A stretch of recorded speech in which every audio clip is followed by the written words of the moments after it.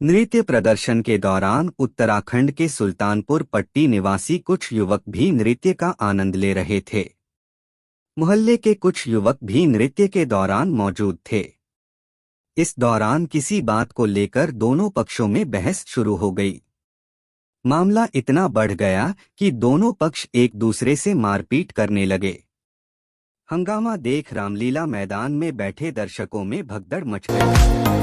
अमरोहा के तिगरी मेले के लिए ट्रैफिक प्लान आज यानी कि 10 नवंबर की रात से ही लागू कर दिया जाएगा।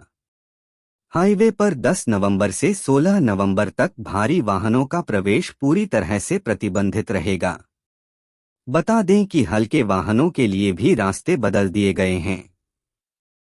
अमरोहा के गजरौला में लगने वाला तिगरी मेला ऐतिहासिक माना जाता है। सदर बाजार स्थित शिव चौक पर करीब 1.5 साल से शिव मंदिर का निर्माण कार्य किया जा रहा है। शिव मंदिर के बराबर में ही पुलिस चौकी है।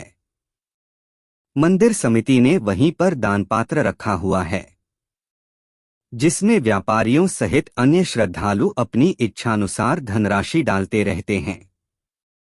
चोर पिछले 24 घंटे में 2 वारदात को अंजाम दे गए। बावजूद इसके पुलिस सोती रह गई। रेलवे ने दीपावली एवं छठ पूजा में लोगों के घर जाने के लिए हजारों स्पेशल ट्रेनें चलाई थीं। अब त्योहार खत्म होने के बाद लोग वापस लौटने लगे हैं। ऐसे में वापसी के लिए भी रेलवे ट्रेनें चलाएगा। रेलवे कई रेल मंडलों के विभिन्न स्टेशनों से 30 नवंबर तक 3000 से ज्यादा विशेष ट्रेनें चलाने जा रही है। जरूरत के हिसाब से इसकी संख्या बढ़ भी सकती है। एनजीटी यानी नेशनल ग्रीन ट्रिब्यूनल ने कहा है कि उत्तर प्रदेश में सीवेज के कारण गंगा का पानी पीने और आचमन के योग्य नहीं रह गया है। ट्रिब्यूनल ने राज्य के मुख्य सचिव को एक हल्फनामा दाखिल करने का निर्देश दिया है, जिसमें विभिन्न जिलों में प्रत्येक नाले सीवेज और सीवेज शोधन संयंत्र एसटीपी के बारे में जानकारी देनी होगी। गाजियाबाद के बहरामपुर में एक दुखद हादसे ने पूरे इलाके को झकझोर कर रख दिया है। संजय राठौड़ और उनके 2 बेटों की एक सड़क दुर्घटना में मौत हो गई। संजय के बेटे सौरभ की 18 नवंबर को गया में शादी होनी थी और वे शनिवार देर रात अपने बेटों के साथ गया जा रहे थे। लेकिन उन्नाव में एक हादसे ने उनकी खुशियों को मातम में बदल दिया। दिल्ली मेट्रो ने छठ पूजा के बाद बढ़ने वाली भीड़ को देखते हुए नई दिल्ली और आनंद विहार मेट्रो स्टेशनों से सुबह जल्दी मेट्रो ट्रेनें शुरू की हैं। 10 और 11 नवंबर को नई दिल्ली मेट्रो स्टेशन से पहली मेट्रो सुबह 5:15 बजे और आनंद विहार मेट्रो स्टेशन से पहली मेट्रो 5:35 बजे उपलब्ध होगी। इससे यात्रियों को अपने गंतव्य तक पहुंचने में सुविधा होगी। देव दीपावली पर वाराणसी के घाटों पर लाखों दीप जलाने की तैयारी हो रही है। खास बात यह है कि इन दीपों का निर्माण गाय के गोबर से किया जा रहा है और यह कार्य स्वयं सहायता समूह की महिलाएं कर रही हैं। 7 स्वयं सहायता समूहों की 25 परिवारों की महिलाएं इस कार्य में जुटी हुई हैं और उनका लक्ष्य 30,000 गोबर से बने दीप तैयार करना है। महाकुंभ में जल पुलिस की भूमिका हर बार की तुलना में इस बार कहीं अधिक महत्वपूर्ण होने जा रही है। देश दुनिया से यहां आने वाले तमाम स्नानार्थियों और साधु संतों के साथ स्नान के दौरान कोई भी अनहोनी न होने पाए, इसके लिए पहली बार महाकुंभ में छोटे जहाज उतारे जा रहे हैं। ये हाईटेक जेट्स की पलक झपकते ही कहीं भी पहुंचने में सक्षम होंगे। मुजफ्फरनगर में पुलिस ने आवारा गोवंश को गोकशी के लिए ले जा रहे गो हत्यारों को पकड़ने के लिए मुठभेड़ की। पुलिस ने 4 गो हत्यारों को गिरफ्तार किया, जबकि 2 फरार हो गए। एक गो हत्यारा पैर में गोली लगने से घायल हो गया। पुलिस ने 3 जिंदा गोवंश, 1 मैक्स गाड़ी और 1 बाइक बरामद की। आरोपियों पर गैंगस्टर की कार्रवाई की जाएगी। विकास के लिए हस्तांतरण थीम पर वित्त आयोगों का राष्ट्रीय सम्मेलन नई दिल्ली स्थित विज्ञान भवन में 16वें केंद्रीय वित्त आयोग के अध्यक्ष डॉ. अरविंद पनगढ़िया और पंचायती राज मंत्रालय के सचिव विवेक भारद्वाज की संयुक्त अध्यक्षता में आयोजित किया जाएगा। इसमें केंद्रीय वित्त आयोग, राज्य वित्त आयोगों, पंचायती राज मंत्रालय, ग्रामीण विकास मंत्रालय व शहरी विकास मंत्रालय के अधिकारियों सहित संबंधित संस्थानों के विशेषज्ञ शामिल होंगे।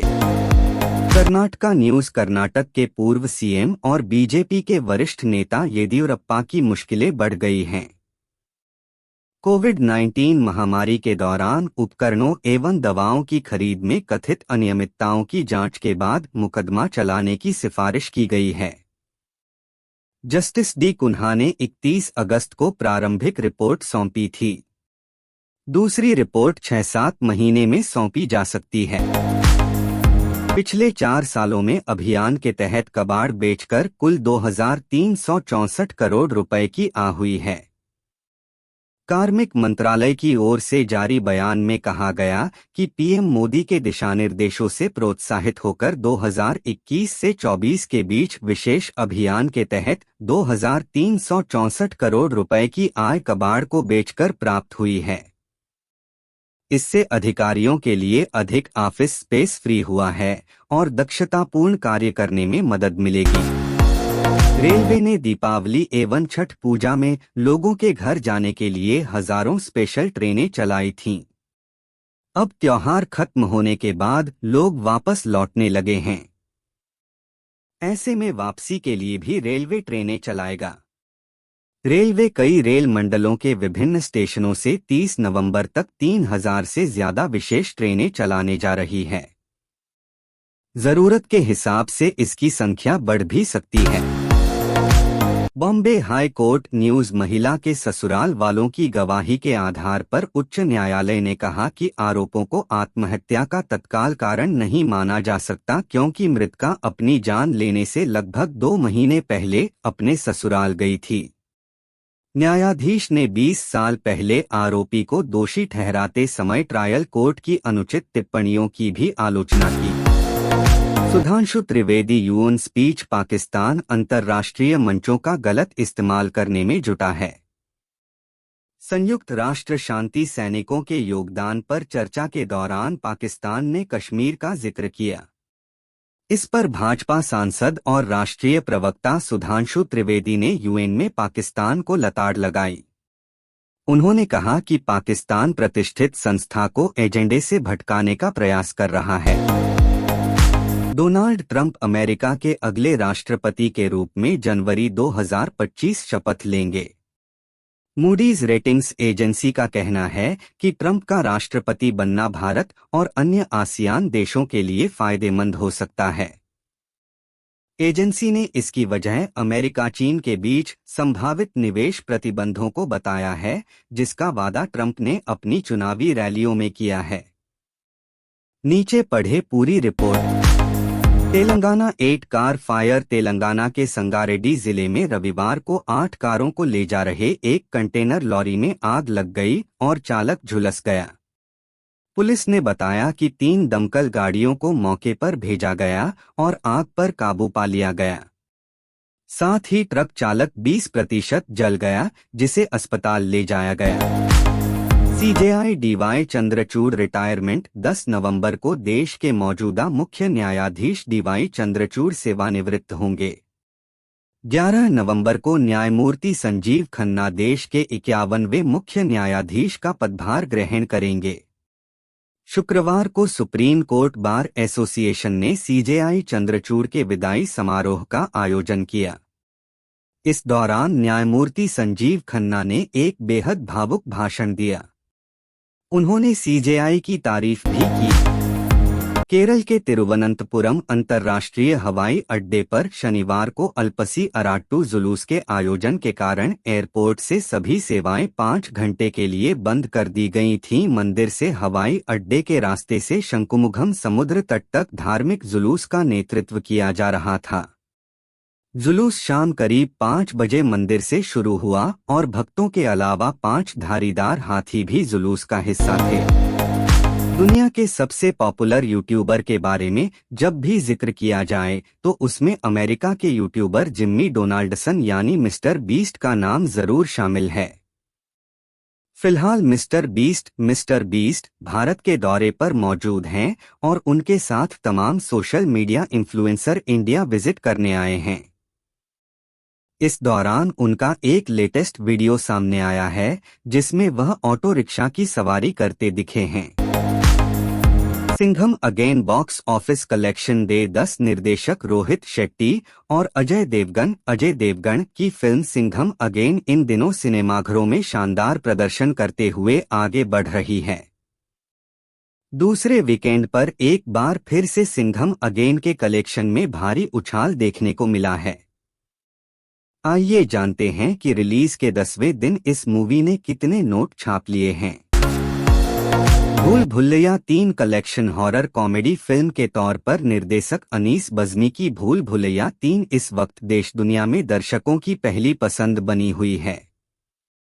वर्ल्ड वाइड कलेक्शन के मामले में कार्तिक आर्यन और तृप्ति डिमरी स्टारर इस मूवी ने कमाल करके दिखाया दिया है और कमाई का एक नया रिकॉर्ड अभिनेता के नाम दर्ज हो गया है। फिल्म कल की 2898 एडी की अपार सफलता के बाद नाग अश्विन बड़े प्रोजेक्ट पर काम कर रहे हैं। डायरेक्टर नाग अश्विन के नए फीमेल लीड प्रोजेक्ट के लिए आलिया भट्ट एकदम फिट बैठ रही हैं। बताया जा रहा है कि फिल्म की शूटिंग अगले साल यानी 2025 में शुरू हो सकती है। फैंस इसका बेसब्री से इंतजार कर रहे हैं। बीती रात शुक्रवार को कंगना रनौत की नानी का निधन हो गया। वो लंबे समय से बीमार थीं।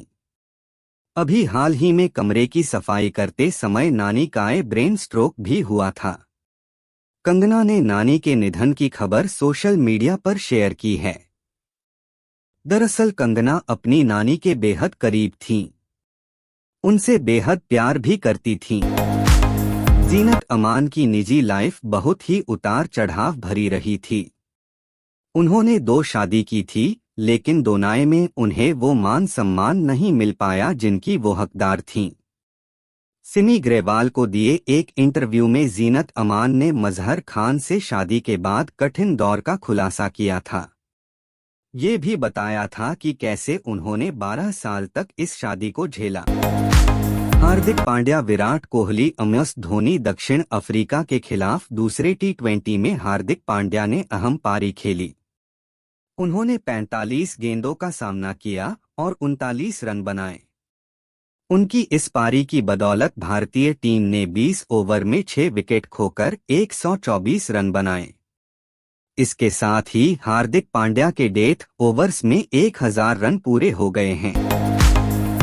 भारतीय टीम दूसरे T20 मैच में शुरुआत से ही लड़खड़ा गई। उसके बल्लेबाज ज्यादा देर विकेट पर टिक नहीं सके। अक्षर पटेल विकेट पर पैर जमाते हुए दिख रहे थे लेकिन किस्मत ने उनका साथ नहीं दिया और वह आउट हो गए। अक्षर उस समय पवेलियन लौटे जब टीम को उनकी सबसे ज्यादा जरूरत थी, लेकिन किस्मत ने उनका साथ नहीं दिया। भारतीय टीम को साउथ अफ्रीका के खिलाफ दूसरे T20 मैच में अच्छी शुरुआत नहीं मिली। टीम के दोनों ओपनर जल्दी पवेलियन लौट गए। पहले T20 में शतक जमाने वाले संजू सैमसन दूसरे मैच में फेल रहे। वहीं अभिषेक शर्मा कोई बड़ी पारी नहीं खेल सके। अभिषेक को साउथ अफ्रीका के उसी गेंदबाज ने आउट किया जिसने पहले मैच में किया था। ऑस्ट्रेलिया ने इंडिया ए को 2 मैचों की अनाधिकारिक टेस्ट सीरीज के दूसरे मैच में शनिवार 9 नवंबर को 6 विकेट से हराकर 2-0 से सीरीज अपने नाम कर ली। मेलबर्न के मेलबर्न क्रिकेट ग्राउंड में खेले गए दूसरे टेस्ट के तीसरे दिन मैच अपने नाम कर लिया। भारत ए ने ऑस्ट्रेलिया ए को 169 रन का लक्ष्य दिया था। ध्रुव जुरेल और प्रसिद्ध कृष्णा ने उम्दा प्रदर्शन किया।